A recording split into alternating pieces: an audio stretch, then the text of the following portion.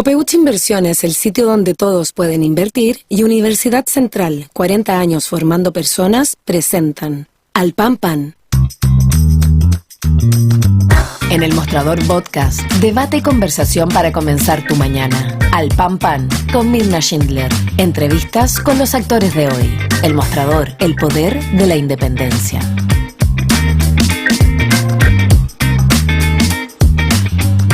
¿Cómo están ustedes? Muy buenos días. Comenzamos un nuevo capítulo de Al Pan Pan aquí en el mostrador.cl, donde estamos tocando, por supuesto, los temas que están marcando agenda. Les cuento que en el siguiente bloque vamos a estar conversando con la ministra de Medio Ambiente, Maysa Rojas, para evaluar, ¿no?, todos los alcances que tiene el proyecto de ley que ha presentado el gobierno para bajar los tiempos de la llamada permisología, es decir, todos estos trámites que se requieren realizar cuando se realiza un proyecto de inversión, ya sea en obras públicas o en otras instancias, ¿verdad?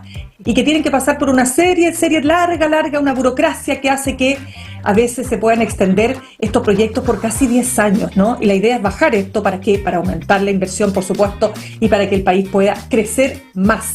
Vamos a estar con todos los alcances que eso tiene, pero antes nos queremos meter en la agenda de seguridad, porque lo ocurrido en Ecuador, la verdad es que nos tiene que importar, porque tiene muchos alcances lo que ha pasado en Ecuador, que podría eventualmente, y esperemos que no, pero podría eventualmente una situación como esa producirse en Chile.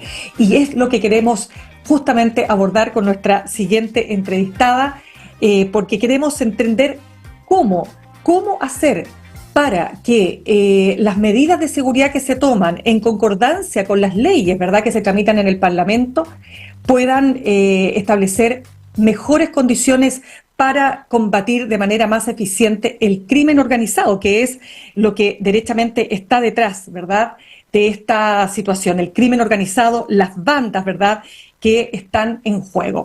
Vamos entonces a conversar ahora con nuestra siguiente entrevistada, Marisa Navarrete, ex fiscal. Ella también fue parte de la Fiscalía del Servicio de Impuestos Internos. Marisa, ¿cómo estás? Un gusto de tenerte con nosotros una vez más.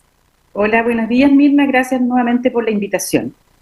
Marisa, mira, ayer nosotros publicábamos una interesantísima columna de opinión en nuestro diario, aquí en El Mostrador, de Pablo Ceballos, experto en crimen organizado, que señalaba varios temas y decía las 10 lecciones que tenemos que sacar de esto, de la situación que se ha vivido y que se está viviendo en Ecuador, para no repetir. Entonces yo le quisiera preguntar lo siguiente: ¿qué alcances ves tú, primero que nada, respecto de lo que ha pasado en Ecuador y por qué nos tiene que importar? Sí, claro. Bueno, buenos días. Mira, lo primero es decirte, claro, que mi mirada no es la mirada del experto, de un experto. No soy experta en crimen organizado. Mi mirada más bien es de una ex fiscal durante casi 10 años del Ministerio Público, y además como una vecina común, ¿ya? Una vecina común, no aquellos vecinos que se reúnen en la casa de Salaquet, por supuesto. Claro, sí, claramente. Entonces, desde ese punto de vista, por cierto que lo que ha sucedido en Ecuador es sumamente preocupante, y uno, por cierto, también no deja de sentir algo de temor que aquello pueda volver a suceder. ¿Por qué? Porque hay algunas cosas que son comunes. Por ejemplo, que Ecuador hace unos años atrás era de los países que tenían una tasa más baja de homicidio, al igual que Chile, en toda la región, ¿cierto? Nosotros teníamos alrededor de un 3,6%, y hoy día nuestra tasa es de alrededor de un 6,7% de homicidio por cada 100.000 habitantes. Entonces, obviamente eso hay un factor común. Por cierto que tampoco uno puede extrapolar lo que sucede en otro país, porque son realidades totalmente distintas, ¿ya? Pero hay algunas lecciones, como bien dice también en el artículo que menciona, que tenemos que sacar como país y donde hay que poner los focos. Ahora, son situaciones que uno ha ido conversando a lo largo del tiempo cuando le preguntaban, y uno va observando, porque la realidad ha cambiado, sin duda. Y te pongo un ejemplo. Yo fui fiscal en San Bernardo hace unos años atrás, antes de dejar la fiscalía, y tuve en un turno de 24 horas 4 homicidios. Imagínate, 4 homicidios, 3 consumados y 1 frustrado, distintos, ¿no?, que son distintos. Pero todos aquellos homicidios eran con imputado conocido, porque eran en el contexto familiar algunos, ¿cierto?, otros de rencilla de algunos vecinos, qué sé yo. En cambio, hoy día probablemente suceden esos mismos 4 homicidios, pero sin imputado conocido. Hace poco, ayer, antes de ayer, ¿cierto?, conocimos el caso de 2, supimos que eran venezolanos que quedaron o fueron abandonados, amarrados y acribillados en la vía pública. Entonces, eso te da cuenta, ¿qué cosa? Primero, el cambio en el forma de cometer los homicidios que van relacionados exclusivamente con el crimen organizado. Y ahí es donde está la preocupación. Por eso es que lo que nosotros tenemos que aprender es decir, bueno, ¿cómo estamos frenando el crimen organizado en nuestro país? Se ha avanzado bastante, a mi parecer se ha avanzado bastante, primero en leyes, ¿cierto?, que han podido dar instrumento a los órganos persecutores para poder perseguir adecuadamente el crimen organizado. Sin embargo, hay cuestiones que son fundamentales, a mi parecer. Primero, pensando que la delincuencia, ¿cierto? La delincuencia es un fenómeno global que no se puede abordar desde un solo ámbito, sino que se aborda desde los inicios, desde la prevención, hasta el sujeto que ya es condenado y está en la cárcel. Entonces, toda esa larga, digamos, por así llamarlo, carrera del delito, se origina muchas veces en los jóvenes. Y allí hay un particular enfoque, a mi parecer, mi experiencia como fiscal en San Bernardo, que muchos delitos se cometían por jóvenes, por niños. Y entonces la prevención es fundamental en esto, en darle oportunidades primero a los jóvenes para disuadirlos de la atracción, ¿cierto?, que le produce el delito. Y la atracción del delito que está hoy día básicamente conectado con las drogas, ¿cierto?, porque el tráfico de drogas le ocasiona un estatus que él quiere lograr y que no puede lograr porque no tiene, ¿cierto?, posibilidades de aquello. Luego tenemos la persecución, la investigación, y allí es donde tenemos también deficiencias porque vemos que tanto la policía como el Ministerio Público muchas veces no hacen la investigación, digamos, adecuada de delito. ¿En qué sentido? En el sentido de que no se va más allá del delito. O sea, digamos, se detienen, a lo mejor bandas de traficantes, pero se quiere es perseguir los bienes, porque sabemos y todos estamos de acuerdo en que los bienes es fundamental quitárselo a los narcotraficantes con el objeto de que le cortes el negocio, ¿ya? Si tú le cortas el negocio, bueno, van a tener que buscar alguna forma decente de ganarse la vida. Y posteriormente, y también vamos a hablar tal vez de las cárceles un poco más, pero por supuesto, el tema de las cárceles, ¿ya? Eso es fundamental. Eso, mira, vamos a ir, quiero retenerme con algunas de las cosas que tú has señalado, Marisa, y que dice relación, primero que nada, con lo que acabas de mencionar, ¿no es cierto? Esto de que el Ministerio Público no hace la investigación adecuada del delito, porque la respuesta del Ministerio Público va a ser que muchos de estos delitos, como estas situaciones terribles que vemos todos los días, ¿no es cierto?, de personas acribilladas, cuerpos encontrados, ¿no es cierto?, en la vía pública, el imputado es desconocido, es decir, no sabemos quién está detrás. No es lo mismo, como tú decías, cuando hay una riña en algún lugar específico y sabemos quién es el agresor. En este caso no lo sabemos. ¿Esa es una razón poderosa para que no se conozca finalmente, o que no se persista, mejor dicho, en las investigaciones? Claro, lo que pasa es que cuando se suceden estos homicidios tienen dificultades evidentes investigativas, porque las víctimas indirectas, es decir, los familiares, las personas que están cercanas a una persona que falleció, evidentemente tiene temor a dar la identidad de los que ella cree que pudieran haber sido los autores de un delito, porque teme que le vaya a ocurrir lo mismo, y eso es una cuestión fundamental, ¿te das cuenta? Entonces, esa dificultad, en el fondo, significa que tú no tienes la colaboración de las personas inmediatas para investigar un delito. Y eso hace que los esfuerzos investigativos sean mucho mayores para el Ministerio Público para poder determinar quiénes son. Entonces, las tasas de homicidio que nos han dado en la cuenta pública en la región metropolitana hace pocos días, ¿cierto?, antes de ayer, donde nos señalan que hubo un aumento de un 12% de los homicidios, y que han aumentado también exponencialmente los homicidios sin imputado conocido. Uno le gustaría saber, bueno, cuál es la tasa de resultado de aquellos que no han tenido imputado conocido. Eso es fundamental conocerlo para saber si se está haciendo una investigación o no adecuada. Y cuando yo me refiero que no siempre la Fiscalía hace el trabajo que quisiera, me estoy hablando en el sentido de que los delitos, ¿cierto? No solamente se agotan en la inmediatez, en el delito flagrante, sino que los esfuerzos que hay que hacer es investigar, ¿cierto?, todos aquellos que tuvieron participación, por ejemplo, en una banda organizada, y también, como dije, perseguir los bienes de aquella banda organizada. Claro, mira, vamos entonces a otro de los temas que se desprenden, ¿verdad?, de lo que ha ocurrido en Ecuador, que hay que ponerle mucha atención, porque en Ecuador está, para hacer una pequeña recapitulación de lo que ocurrió, ¿por qué se produce estos motines, ¿no es cierto?, en 6 cárceles, el escape, ¿no es cierto?, de este capo de la droga con alias Fito, que quería ser trasladado, las autoridades, quiero decir, lo querían trasladar a una cárcel de alta seguridad, y cuando lo van a buscar resulta que no estaba en la celda, se sabe que por supuesto escapó con ayuda de los gendarmes, sino imposible.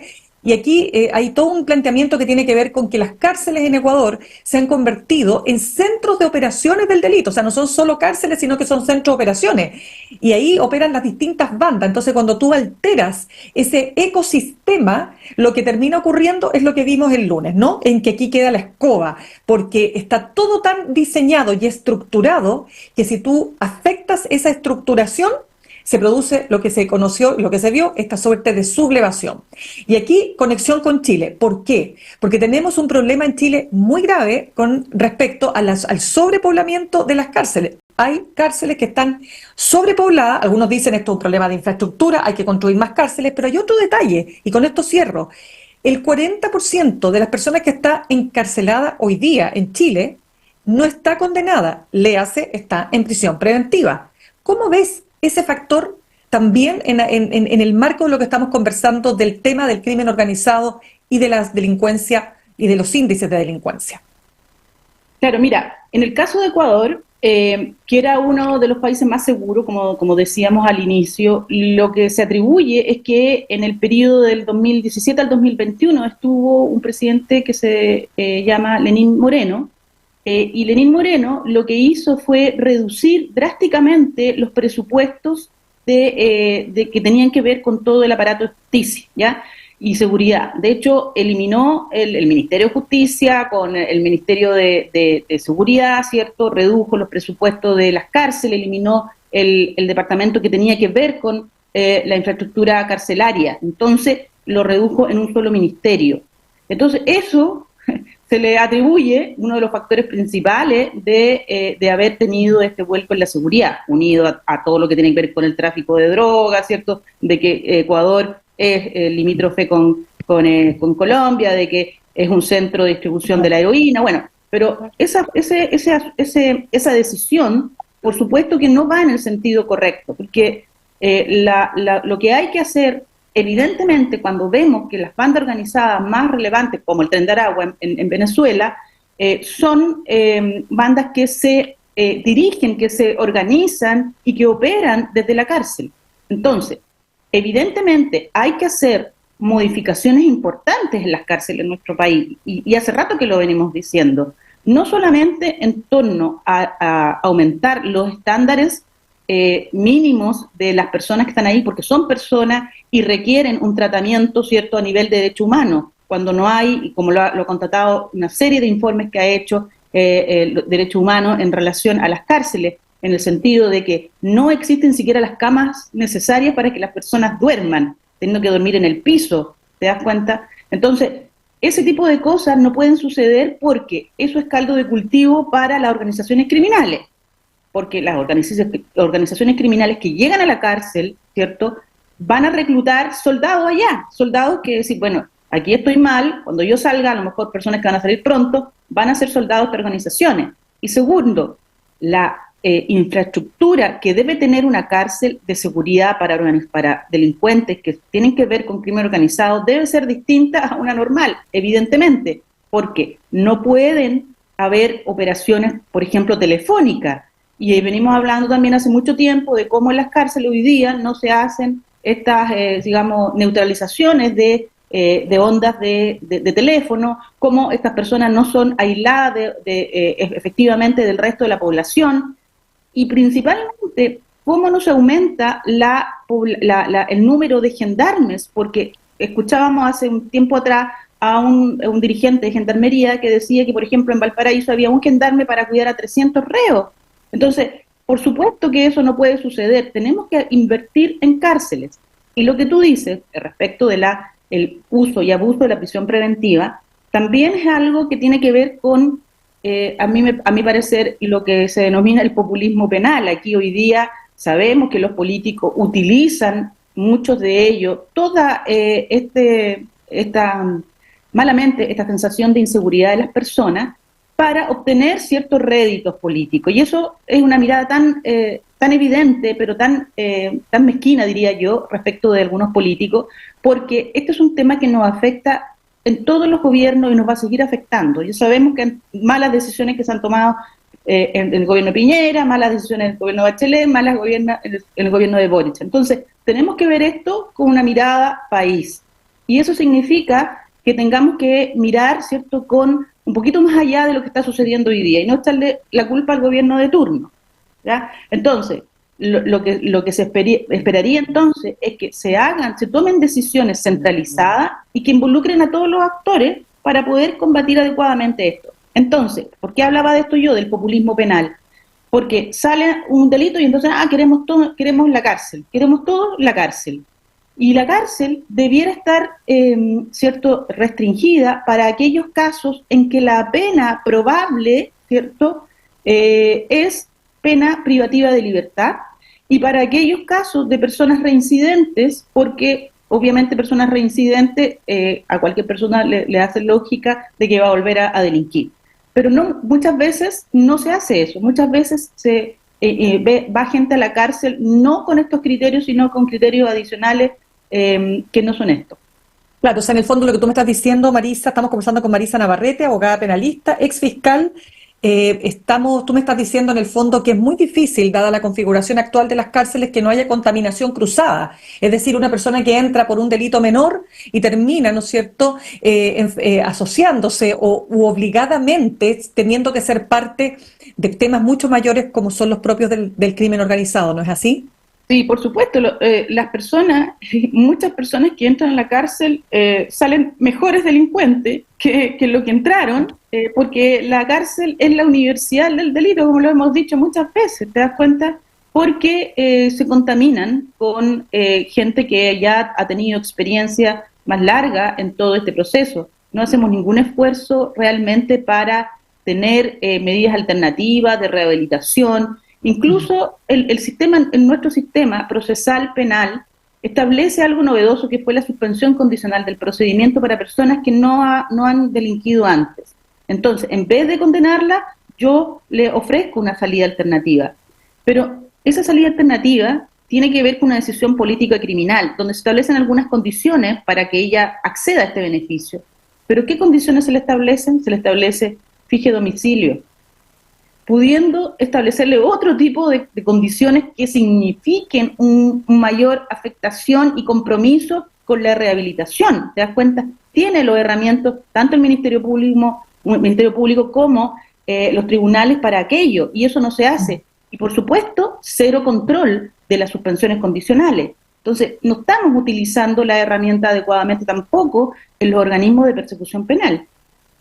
Sí, porque te quiero preguntar ahí, mira, te voy a hacer una pregunta que es políticamente incorrecta si se la preguntara a un político, pero tú no eres política, así que te la pregunto abiertamente, también se la pregunta al político también. Lo que te quiero decir es que es una pregunta necesaria y tiene que ver con lo siguiente. A propósito del uso y abuso de la prisión preventiva, uno se pregunta si acaso un caso como el de Daniel Andrade, Carlos Contreras y ahora la concejala de Antofagasta, ex Revolución Democrática, Paz Fuica, ¿no es cierto?, que ha sido detenida, va a pasar a ser a control de detención, que más allá de lo mediático y del escándalo, ¿no es cierto?, que está detrás y que tiene que ver con todo el caso convenios y que parte tiene su origen al menos en lo que ha sido estos casos durante estos años de administración, quiero decir, desde el actual gobierno, me refiero, que como es democracia viva, si acaso ameritan realmente una prisión preventiva. Te lo pregunto así, ¿vale? O sea, ¿tú crees que son casos como para que estas personas estén hoy día cumpliendo prisión preventiva por estos delitos que se investigan?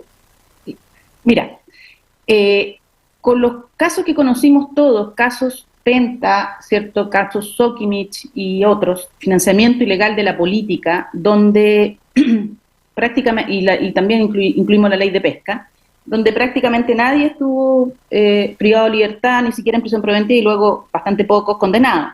Pero ¿qué pasó ahí? Se produjo en nuestro país una sensación de impunidad generalizada.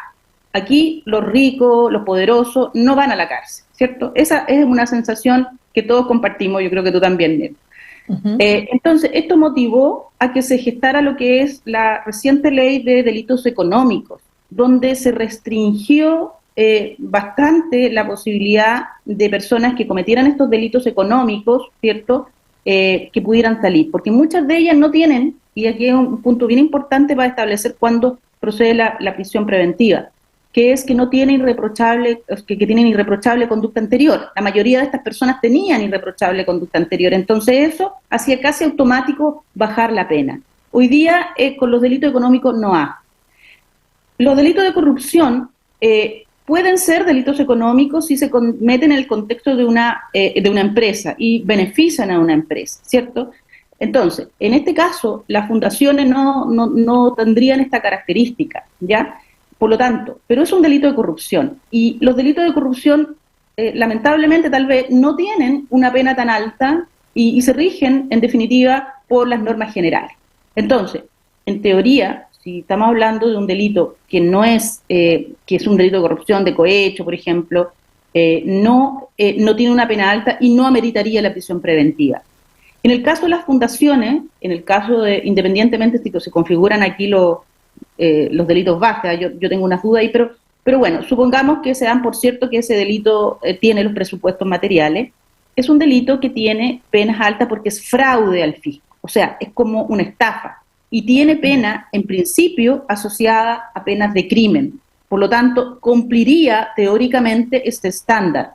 Pero si se ha colaborado con la investigación, si tiene irreprochable conducta anterior, por cierto, entonces que ya este principio de la prisión preventiva no sería tan claro. Entonces, ya, o sea, dime. Entonces, lo que pasa con esto es que hay dos cosas aquí. Uno, le da la sensación de que estas personas, si no quedan presas, tienen un doble estándar. Tenemos como país un doble estándar. Con aquel que se roba un teléfono lo dejamos preso, pero con aquel que se roba plata del Estado no está preso. Y ese es un mensaje evidente y que yo creo que es legítimo que nadie lo quiera asumir. Por lo tanto, a mí me parece que si se da por establecido el delito, la prisión preventiva es proporcional al delito en ese caso que me estás planteando, en ese caso. Claro, no, sí es un tema interesante de discutir, te fijas, porque uno no está diciendo que no tengan que tener finalmente una pena que va a significar, por ejemplo, prisión efectiva. Y tú tienes toda la razón, los delitos económicos, sobre todo cuando se trata de empresas que se coluden, por ejemplo, qué sé yo, para bajar los precios, en fin, van a tener hoy día aquellos que cometen estos delitos la posibilidad cierta de ir a la cárcel, lo que no ocurría anteriormente. Solo te lo planteo porque cuando hablamos de esta sobrepoblación penal, uno se pregunta, claro, hasta dónde efectivamente la decisión de los jueces pasa por el estricto seguimiento del derecho y hasta dónde los jueces también son permeables a lo que opina la opinión pública. Entonces, imagínate un juez que deja libre, ¿sí o no? Un juez que deja libre a una persona que está viendo, que se constituye como el símbolo de la corrupción de la nueva generación. Claro, es un tema re complicado, pero sigamos porque, mira, te quiero preguntar por lo siguiente, porque ayer hubo otro asalto en un mall, esta vez en el Florida Center, ¿verdad? Con tomando a los trabajadores, ¿verdad? Como escudos humanos. Ya lo habíamos visto un poco antes del plebiscito, la semana antes del plebiscito, en el mall Plaza Ñuñoa, o el mall Ñuñoa, y uno dice, o sea, ya no existe, porque ahí es donde quiero entrar, esto de que ya no hay espacios de total seguridad. Entonces, cuando nosotros vemos el fenómeno delictual y decimos, no, pero esto es un ajuste de cuentas, son bandas que se matan entre ellos, ¿no? Que es un poco lo que me decía ayer una especialista de lo que ocurría en Ecuador, cuando se veía con distancia, no, que se maten entre ellos, pero es que resulta que el que se maten entre ellos puede terminar matando a personas que efectivamente no tienen nada que ver con el circuito delictual. Y esto que estamos viendo en los malls, a mí también me impacta, porque Tú sabes que todo lo que hemos visto, el surgimiento de los malls, entre otras cosas, surgieron y uno de los elementos más importantes era que eran más seguros, que nadie te iba a robar en un mall. Y hoy día estamos viendo este tipo de hechos. Entonces, ¿cómo evalúas tú aquello, Marisa? Claro, ahí yo lo que veo así como de entrada es que los malls tienen obviamente la obligación de tener una seguridad adecuada, ¿ya? De tener los mecanismos de poder, primero, evitar que ingrese gente con armas y segundo, en el caso que se produzca, tener los mecanismos para detenerlos. Cuestiones que nos sucedieron en el mall Florida Center y que uno esperaría que hicieran. Entonces, uno no es la obligación del Estado estar dentro de los malls, ¿ya? Tienen que darle seguridad a la gente, y si ellos no le dan, tienen que invertir más en seguridad de la gente, porque, como tú bien dices, uno va al mall porque tiene más seguridad que ir al centro, ¿ya? Que ir al centro o a la calle a comprar.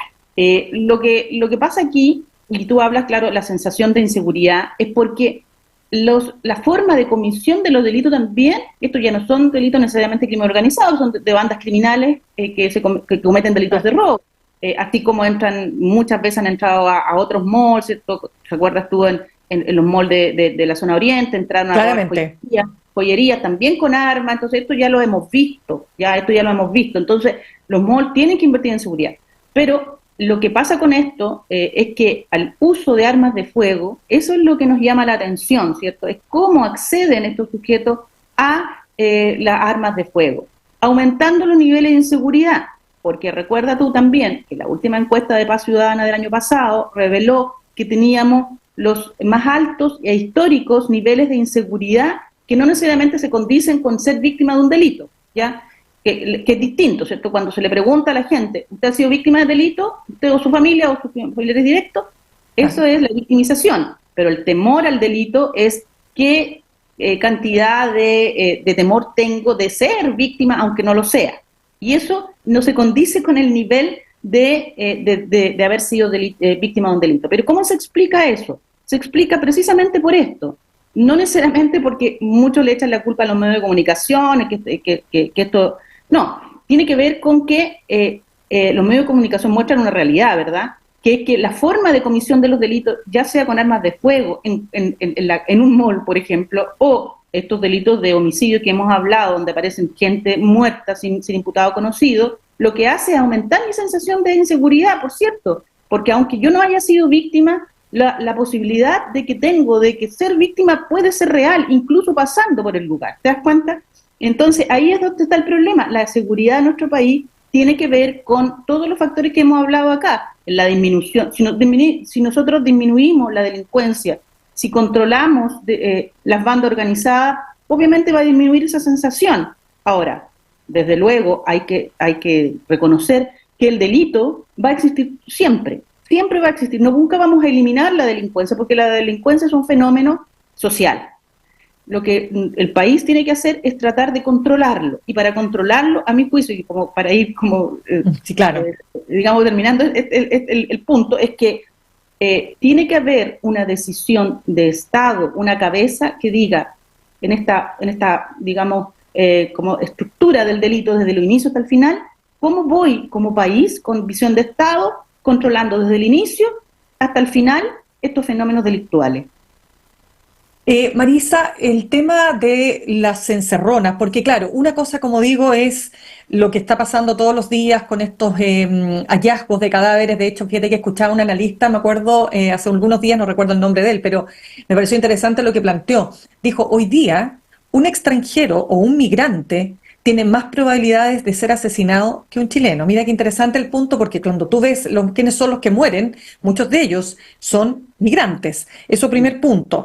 Pero luego te quiero preguntar por otro de los delitos que ya tienen mucho más que ver con los seres, con el ciudadano de a pie, que por cierto no está en el circuito delictual, y estoy hablando de las encerronas. Porque fíjate que es un delito que yo entiendo que Carabineros y que el gobierno expone cifras que dicen que ha ido disminuyendo, pero todos los días hay un hecho, y ahí sí que tienes un imputado desconocido, o sea, a menos que lo logres pillar infraganti, es imposible saber, a menos que hagas un trabajo de inteligencia muy poderoso. ¿Cómo ves la evolución o la involución que ha tenido este delito? Claro, este delito, por cierto, es un delito que ocasiona harta inseguridad y principalmente también en las mujeres, porque muchas de las víctimas son mujeres, porque los sujetos ven que es un blanco bastante más fácil de abordar que probablemente un hombre, ¿cierto? Que se encuentra en sentido más accesible que un hombre. Entonces, en ese caso, es un imputado en principio conocido, pero yo digo en principio, es posible conocerlo porque en muchos lugares existen o debieran existir, ¿cierto?, cámaras. Muchos de estos delitos se cometen a las salidas de autopistas. Las autopistas también son sujetos que tienen que, y han invertido algo, pero no sabemos si esto realmente es suficiente, invertir en cámara, en que no existan focos de inseguridad. De hecho, en el caso del crimen o de este crimen de hallazgo en San Bernardo, que se produce en las orillas, ¿cierto?, de una autopista, allí no existían cámaras. Entonces, eso no puede suceder, no pueden haber puntos ciegos en la autopista. La autopista tienen que tener seguridad porque uno paga, ¿cierto?, no solamente porque podría ser una vía expedita, sino también por seguridad. Entonces, cuando existen cámaras, tú tienes una herramienta bastante importante para determinar personas determinadas que podrían haber cometido un delito. Tal vez no lo vas a encontrar en el primer delito, pero puede que lo encuentres en el segundo, puede que lo encuentres en el tercero. Y cuando tú lo encuentras alguno de ellos o encuentras en una situación similar a un imputado, cuando tienes ese insumo probatorio, lo comparas y puedes obtener, ¿cierto?, una condena no solamente por el último delito, sino por los anteriores, ¿me entiendes? Porque así se ha gestado muchos casos en la Fiscalía.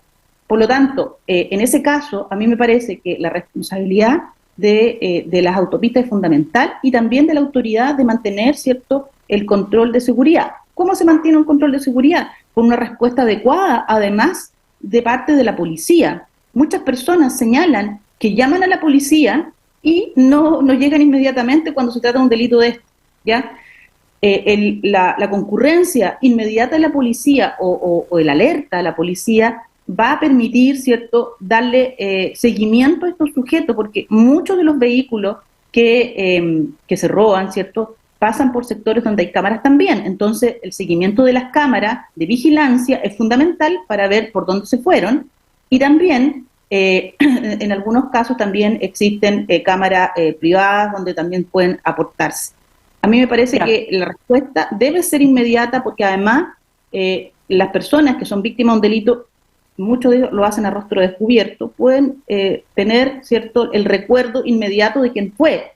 Si tú investigas esto ya un mes después, se te olvidó quién era. Entonces, hay cosas que se pueden hacer y tratarlos en forma conjunta por la Fiscalía, como se ha tratado en otros casos, como por ejemplo los casos de salida de banco, donde habían asaltos en la salida de los bancos, la Fiscalía adoptó, ¿cierto?, la decisión de investigarlos conjuntamente. ¿Por qué? Porque son las mismas bandas que se van repitiendo, ¿te das cuenta? Y se repiten además, en el caso de la Encerrona, los lugares donde ellos observan que tienen más debilidad, ahí es donde atacan. Entonces, esos lugares que obviamente deben estar identificados por la policía, invertir en cómo poder vigilarlos de mejor forma. Perfecto, Marisa Navarrete, te doy las gracias por haber estado con nosotros esta mañana. Gracias a ti, Mirna, que les vaya muy bien. Gracias por todo. Saludamos a nuestros auspiciadores. Ahorrar cotidianamente se puede y de forma organizada, rápida y online con Ahorrando, la nueva funcionalidad de tu app Copeuch, en donde puedes programar ahorros de manera fácil y entretenida, eligiendo tus propias reglas y metas. Haz que el ahorro sea parte de tu vida con Ahorrando de Copeuch. Más información en copeuch.cl. Universidad Central, 40 años formando personas. Ven a vivir la experiencia USEN. Para los que buscan avanzar, posgrados USEN, acreditada y adscrita a gratuidad. Conoce más en posgradosusen.cl. Y no te pierdas todos los días a partir de las 7:30 de la mañana, Click AM, tu dosis diaria de actualidad. Lo más importante para comenzar la jornada con información y opinión. No lo olvides, todos los días a partir de las 7:30 en nuestros canales de YouTube y Spotify. Nos vamos al corte y al regreso vamos a estar conversando con la ministra de Medio Ambiente, Maysa Roja. Ya volvemos. En instantes, una nueva entrevista en Al Pan Pan con Mirna Schindler por El Mostrador Podcast, el poder de la transparencia.